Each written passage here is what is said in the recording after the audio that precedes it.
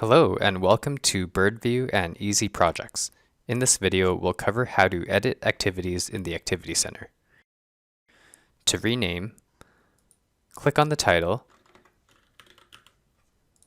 or go into Details.